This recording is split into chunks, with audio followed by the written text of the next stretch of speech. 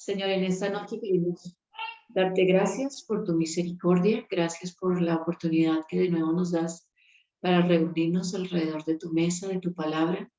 Pedimos que tú hoy alimentes nuestro espíritu, Señor, y que nos llenes con todo el entendimiento que necesitamos recibir de parte tuya para seguir conociéndote, Señor.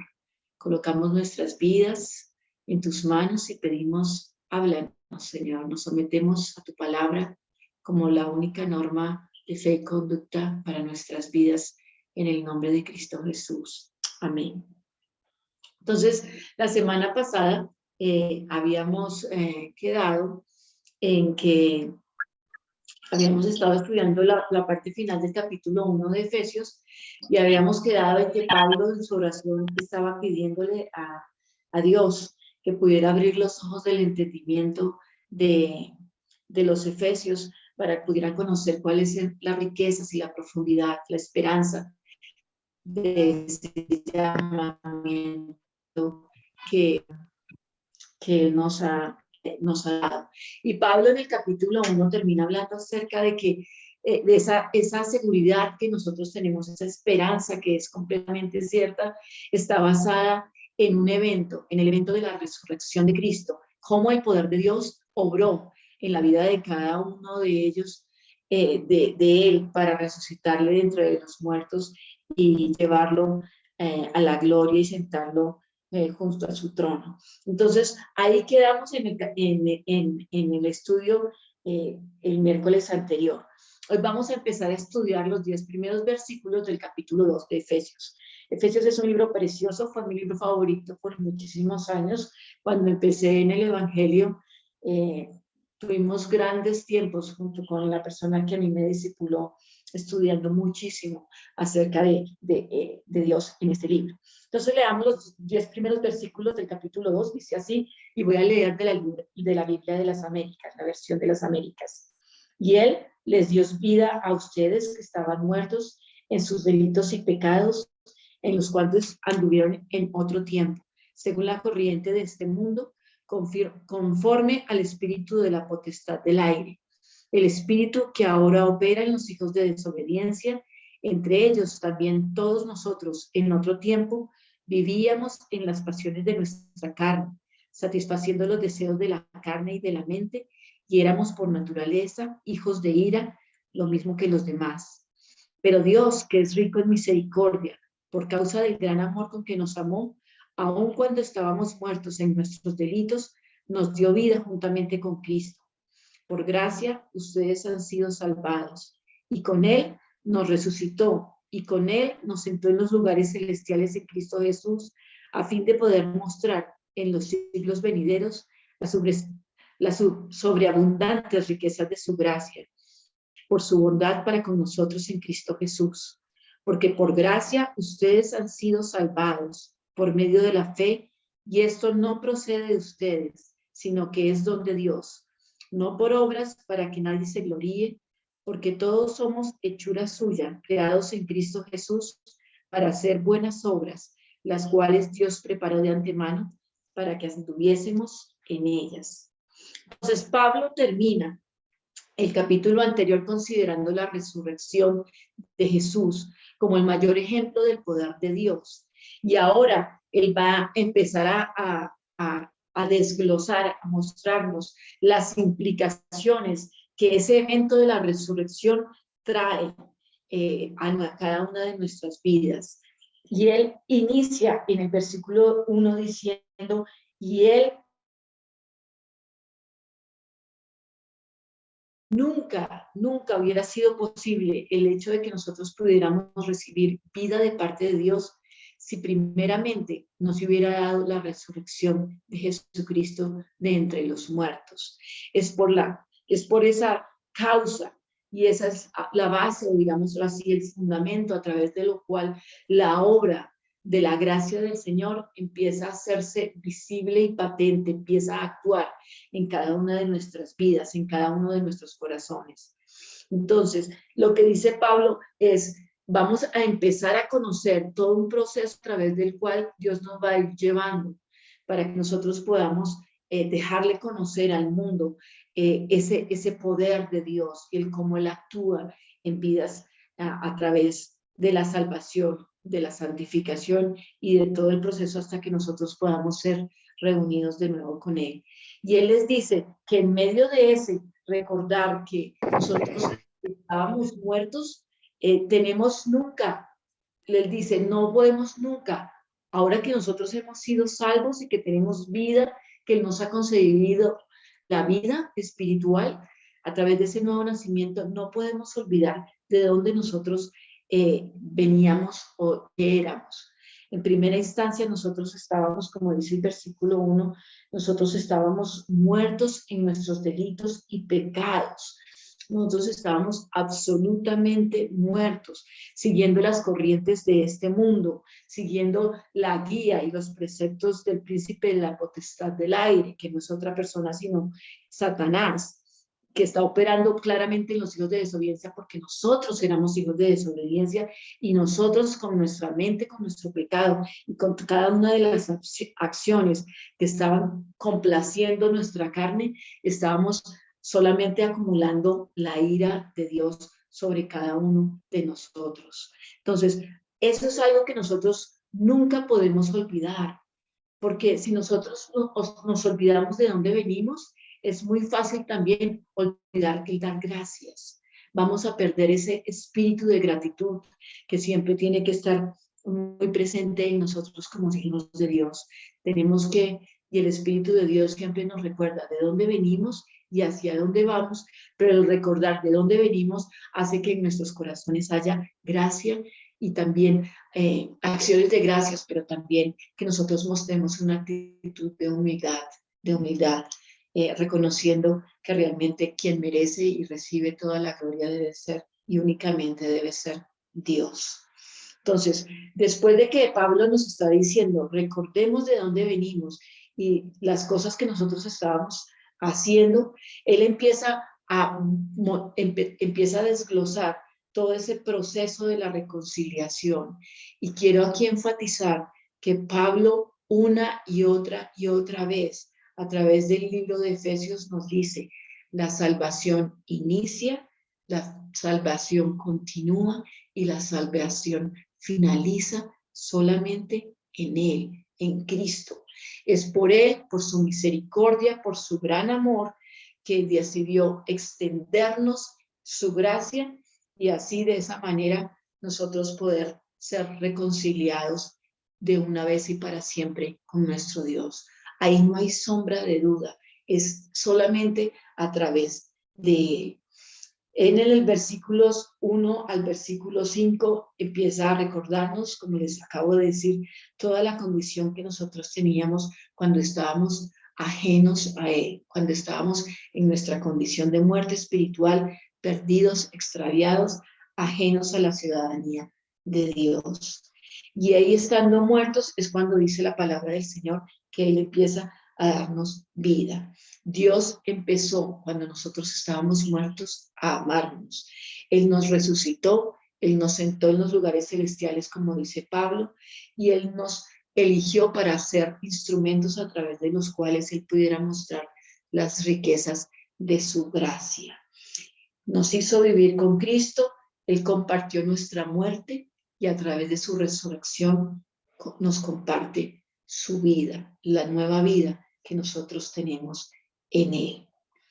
Quiero entrar aquí ya a hablar de una palabra que es una palabra que muchísimas veces trae muchísimo conflicto, incluso para nosotros los cristianos.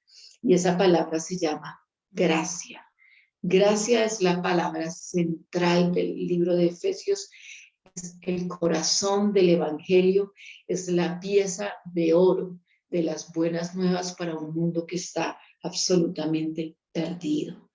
Al mismo tiempo, la gracia es un concepto que es muy difícil de entender.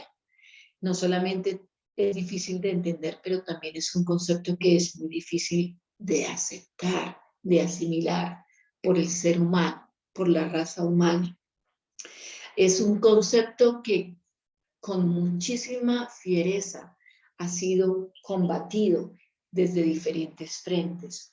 porque la gracia, al mismo tiempo que es una fuente que nos proporciona un grandísimo consuelo, al mismo tiempo también proporciona una grandísima ofensa para aquellos que no pueden digerirla, digámoslo así.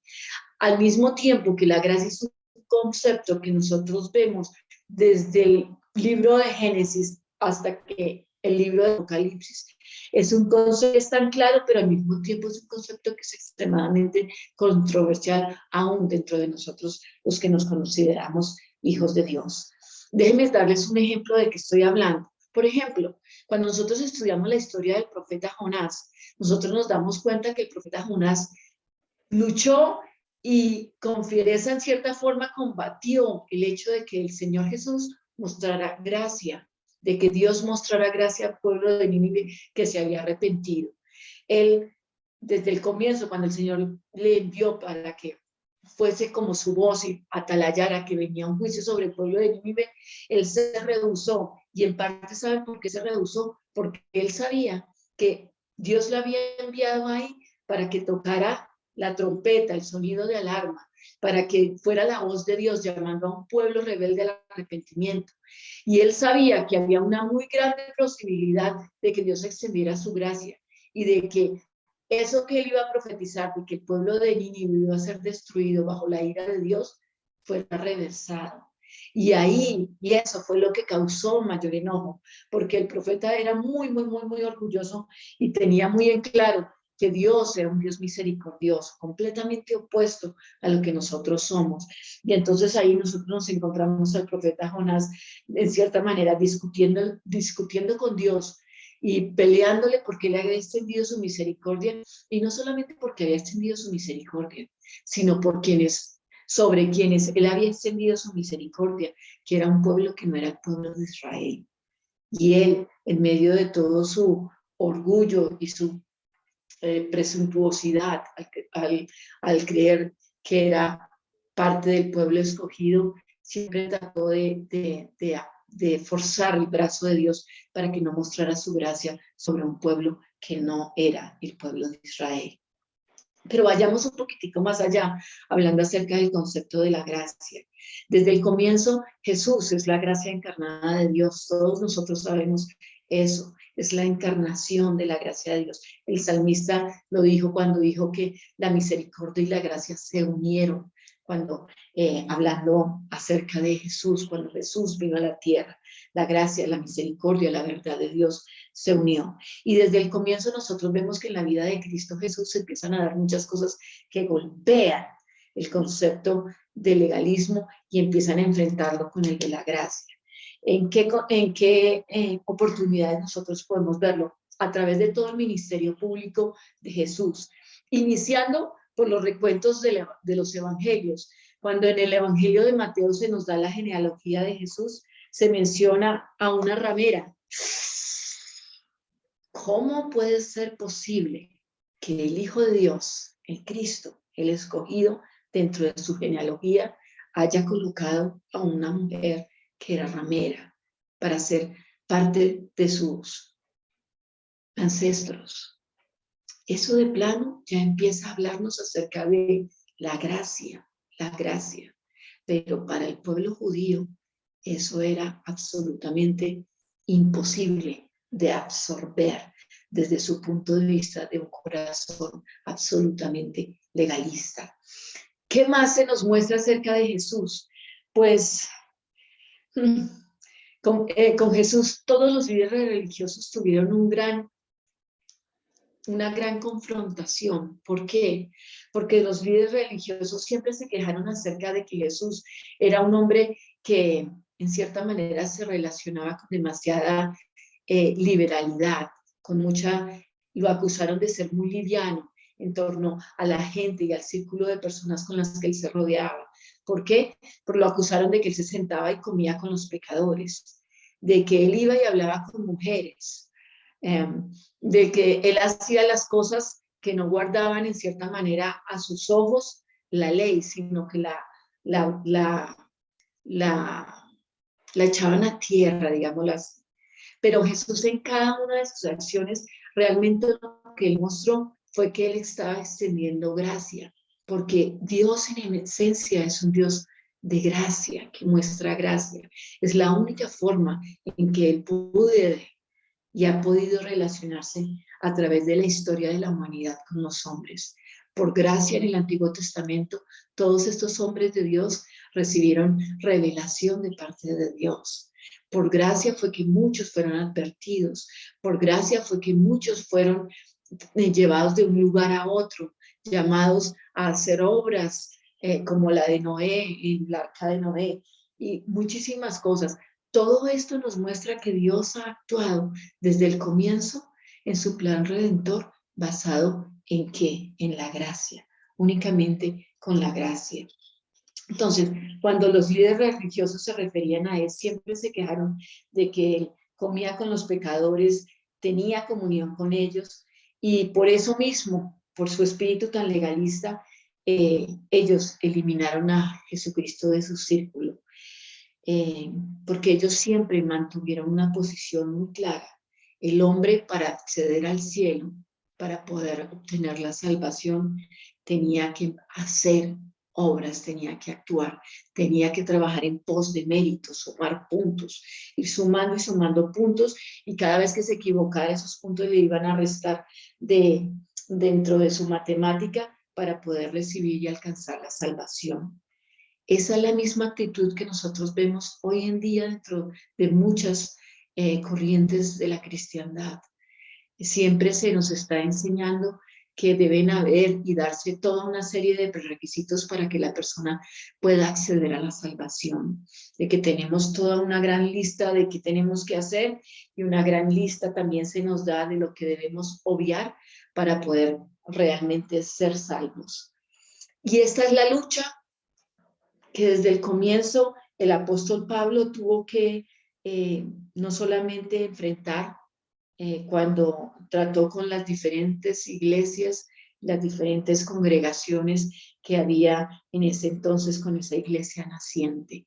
Siempre estaba muy, muy, muy claro esa tendencia que hay en el corazón humano de no aceptar la gracia, sino de tratar de mostrar y esforzarse en mostrar que tenemos obras y méritos con los cuales nosotros podemos alcanzar la salvación. El apóstol Pablo tuvo que luchar a lo largo y a lo ancho de su ministerio para defender, establecer y dejar muy explícitamente entendido el concepto de la gracia. Y peleó y tuvo que hacerlo en dos frentes para defender el concepto de la gracia. ¿Cuál fue el primer frente? Por un lado, la gente que pretendía que mantener ciertos principios externos, como el de la circuncisión en el caso del pueblo judío, y las buenas obras, eran la única forma de que nosotros podíamos asegurar un lugar en el cielo.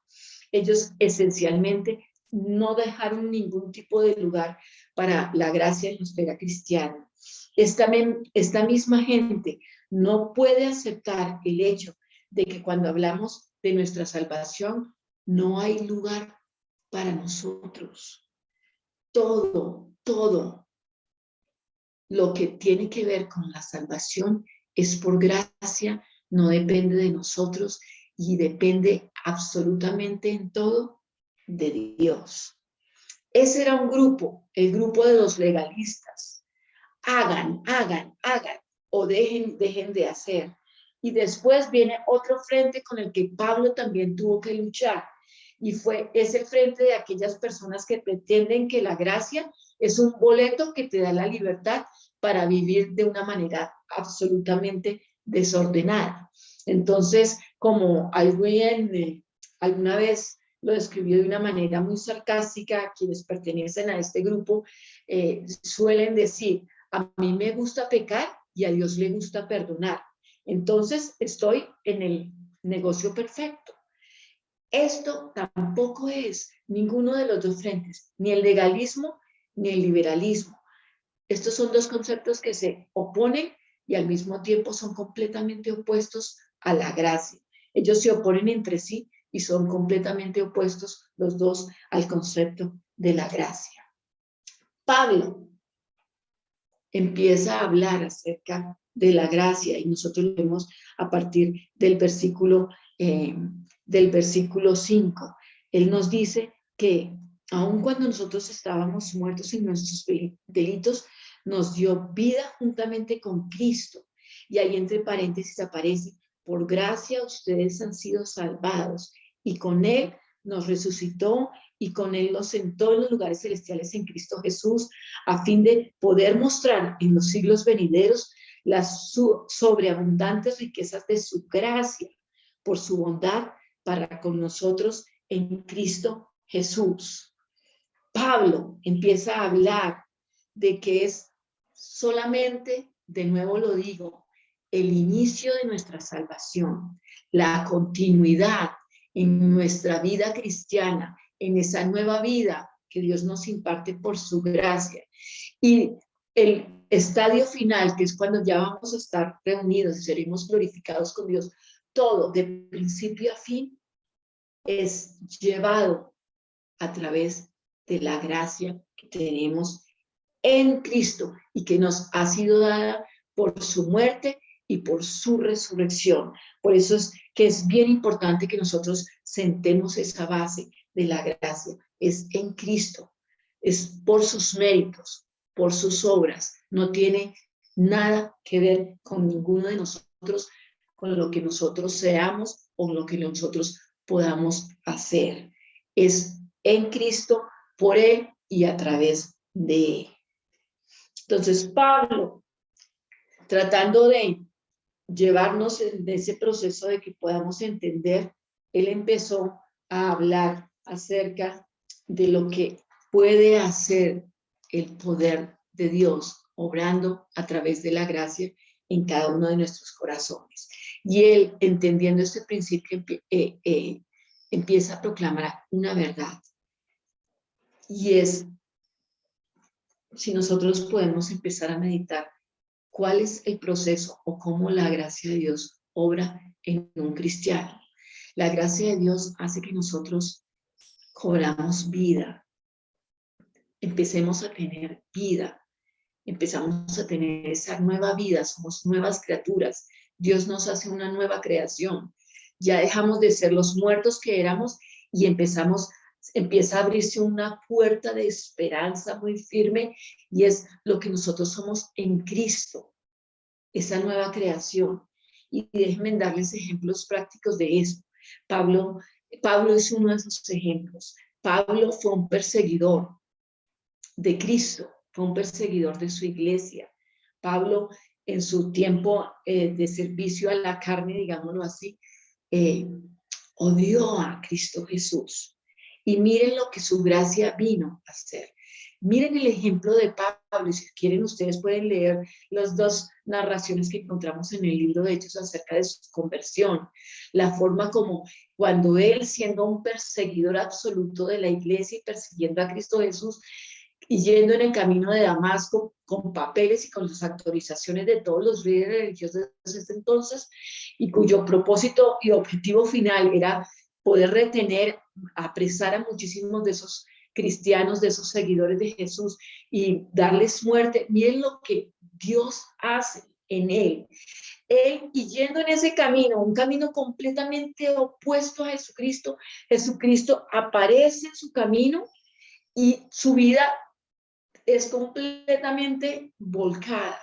Esa es la gracia de Dios. Pablo empieza a decir, miren, yo que era un perseguidor de Cristo y de su iglesia, por la gracia de Dios y por el obrar de la gracia de Dios en mi vida, Él me ha llevado, Cristo me ha llevado a ser, ¿qué?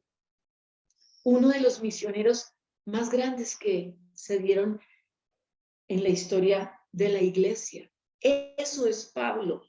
Entonces, ahí está un ejemplo muy vivo de perseguidor a ser uno de los más grandes misioneros, de combatir las buenas nuevas de la salvación, a proclamarlas de una manera única, casi como ningún otro hombre ha podido hacerlo. Todos esos son ejemplos.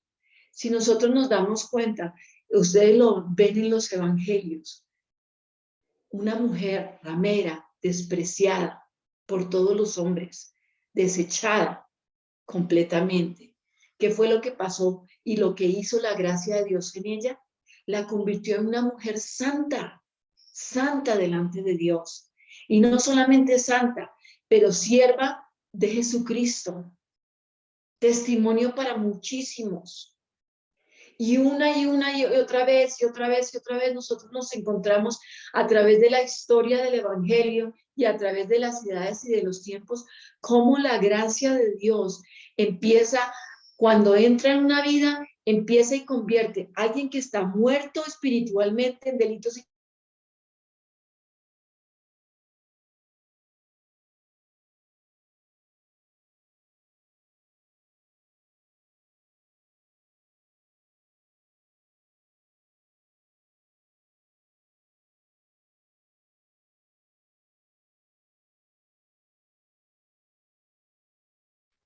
Hola, hola.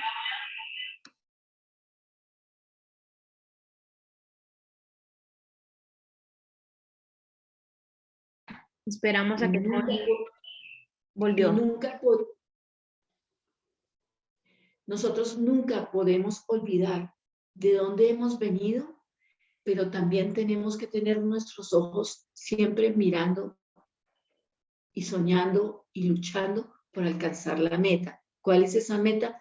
Ser encontrados en Él, en esa nueva vida que Él nos está ofreciendo, en ese nuevo propósito que Él nos da, cumpliendo la misión que Él ya nos ha dejado.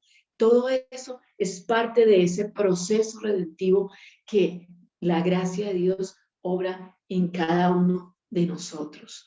Nosotros hemos recibido todo tipo de bendición espiritual en Él, nosotros fuimos escogidos, nosotros fuimos predestinados, nosotros fuimos adoptados, nosotros recibimos redención, recibimos perdón, nosotros podemos llegar a conocer su voluntad para nuestras vidas.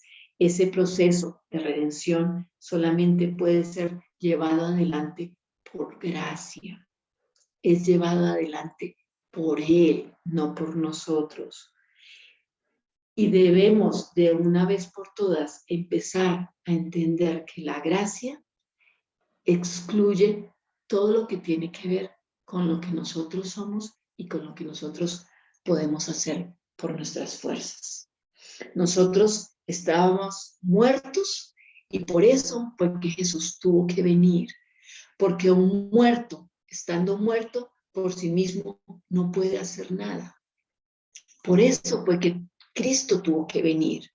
Si las buenas obras bastaran, como la religión tradicional lo sigue sosteniendo, para que nosotros seamos salvos, Cristo nunca hubiera tenido que venir a la tierra.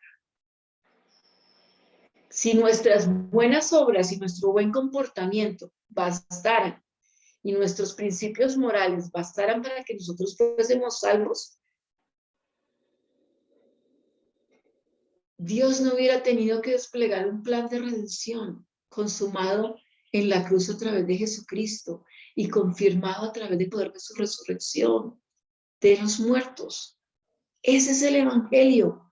Descartemos de una vez por todas cuán buena gente nosotros somos y dejemos de estimar o de rechazar a los otros porque nos creemos buenos bajo los estándares humanos. No hay ni uno bueno. Estamos todos muertos en nuestros delitos y pecados y por eso Cristo Jesús tuvo que venir para traer su gracia, para que nosotros tuviésemos vida y pudiéramos caminar en esa nueva vida cogidos de su mano, aferrados a Él, dependiendo de Él. Pablo entendió que nosotros tenemos una lucha permanente, porque nuestra mente, porque nuestra carne, porque nuestro orgullo nos trata siempre de engañar diciendo que nosotros podemos hacer algo, añadir algo a la salvación que ya nos fue concedida. Pero siempre tenemos que recordar el Evangelio de Juan, cuando el Señor proclamó antes de entregar su espíritu al Padre, él dijo, consumado es. Ya todo, absolutamente todo fue ganado por Él en la cruz. Lo único que nos resta es que nosotros podamos tomar cada día y hacernos de esa gracia para que nosotros podamos vivir, 1, en gratitud, 2, en obediencia a Él. Entonces, ya quedando, digamos que de una manera clara, que el pecado nos mató, que los muertos no podemos hacer nada para salvarnos a nosotros mismos, tenemos que confiar únicamente en su gracia y en que solamente a través de Él es que nosotros podemos vivir nuestra vida cristiana.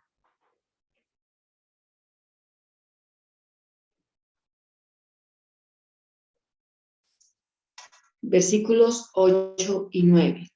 Porque por gracia ustedes han sido salvados por medio de la fe, y esto no procede de ustedes, sino que es don de Dios, no por obras para que nadie se gloríe, porque somos hechura suya, creados en Cristo Jesús para hacer buenas obras, las cuales Dios preparó de antemano para que anduviésemos en ellas.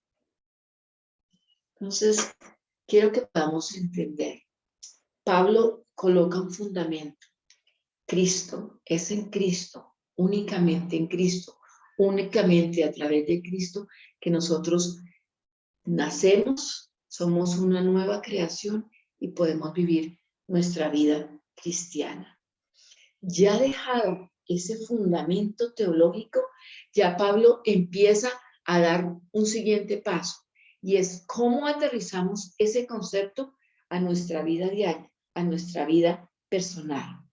Y al hacer ese aterrizaje, es como si él empezara a señalarlos con su dedo en nuestras caras. No es por buenas obras, no tenemos nada.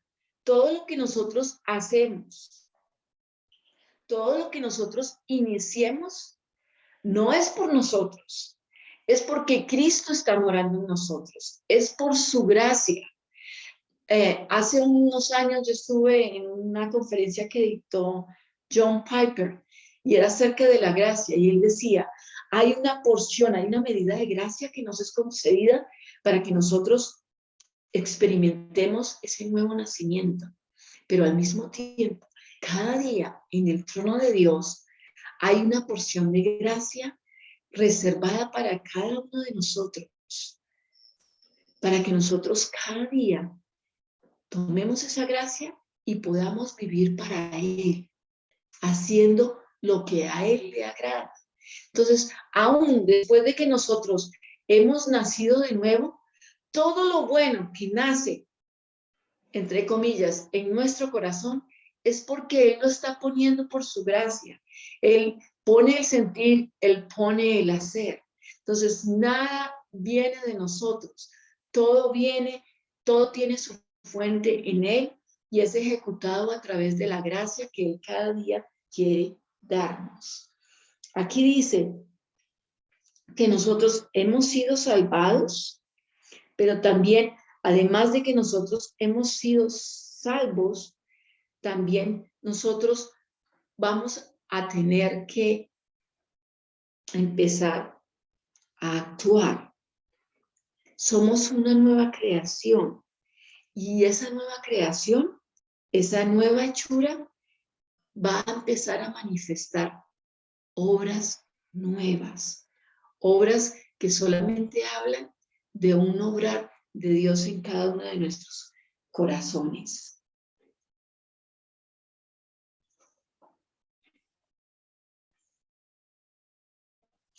Es por eso que el corazón del Evangelio es la gracia.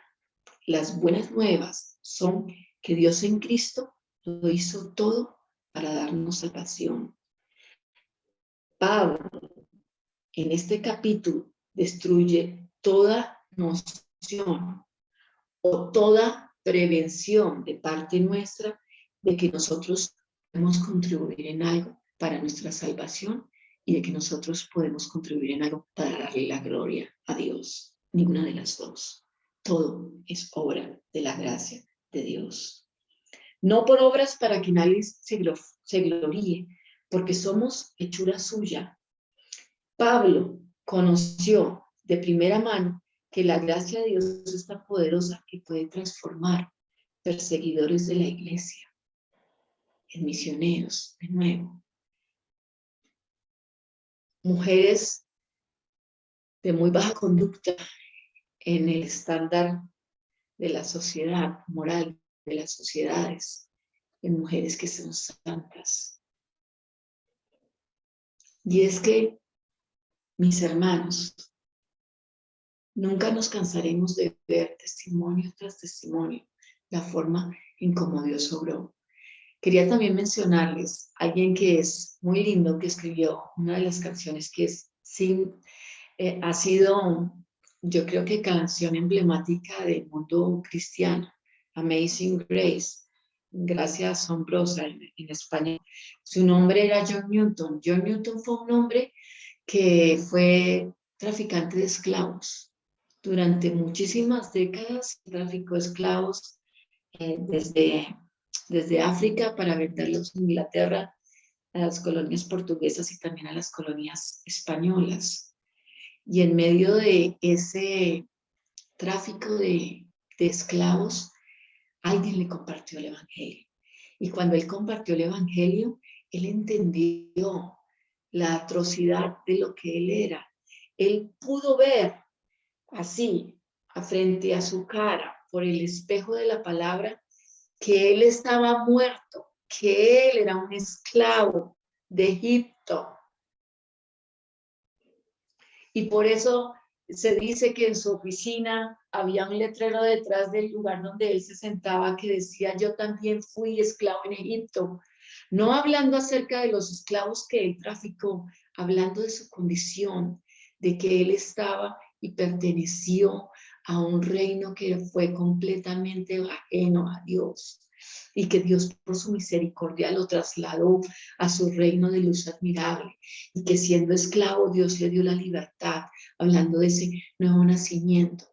Y él, después de haber recibido esa salvación, también por gracia recibió el entendimiento de que la voluntad de Dios era que él proclamara las buenas nuevas y que él luchara por la libertad de las personas a las que él había muchas veces esclavizado y con las que había obtenido ganancias.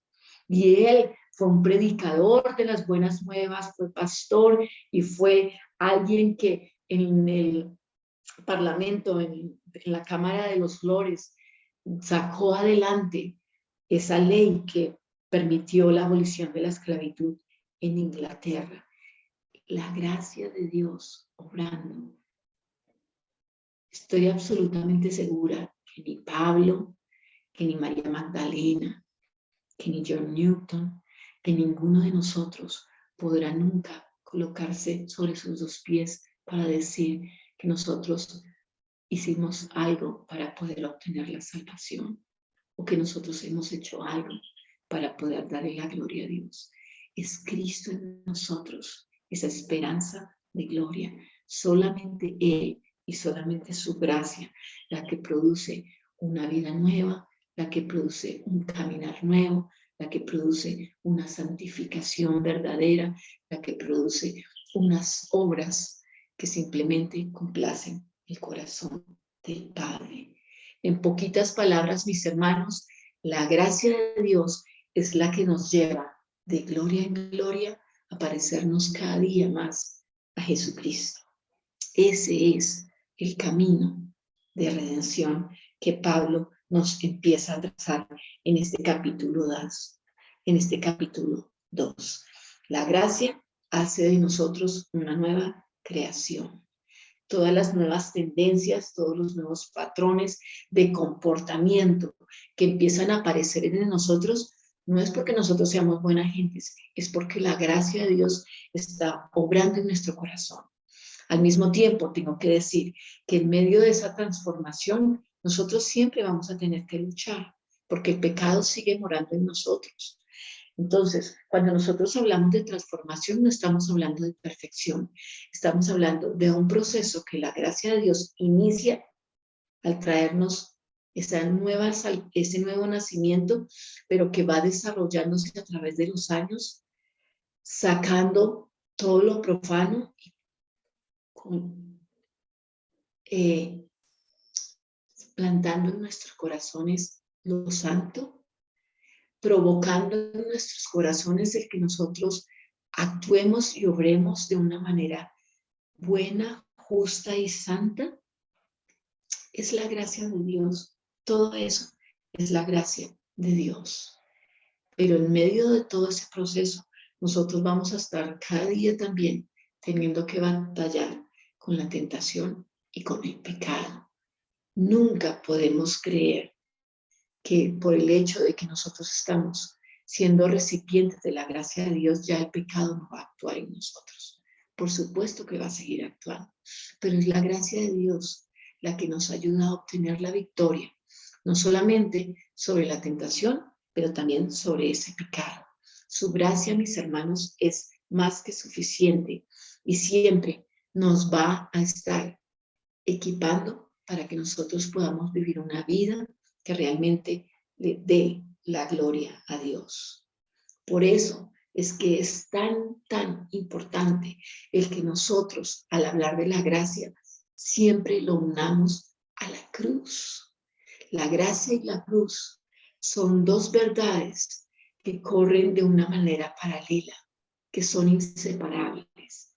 Es por la cruz, es por Cristo en la cruz que nosotros hoy podemos disfrutar de la gracia de Dios. Es por la muerte de Cristo Jesús que nosotros podemos declarar que estamos muertos a nuestros pecados. Es por la resurrección de Cristo que nosotros podemos decir que tenemos una vida nueva. Y ese poder de la resurrección que obró en Cristo también está obrando en cada una de nuestras vidas, como lo dice Pablo en el libro de Romanos en el capítulo 8.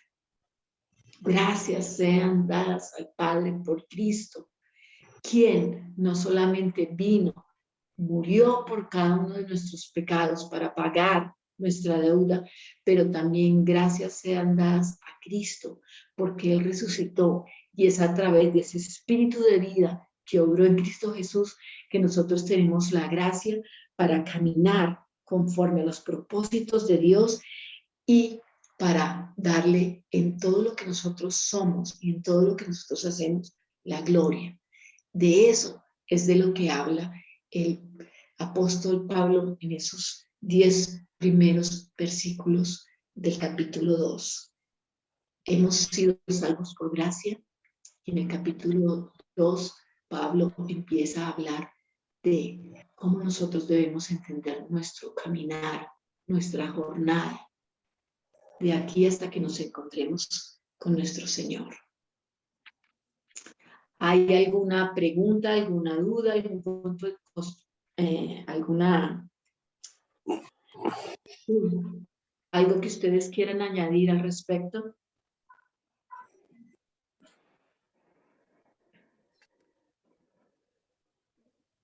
Silencio total.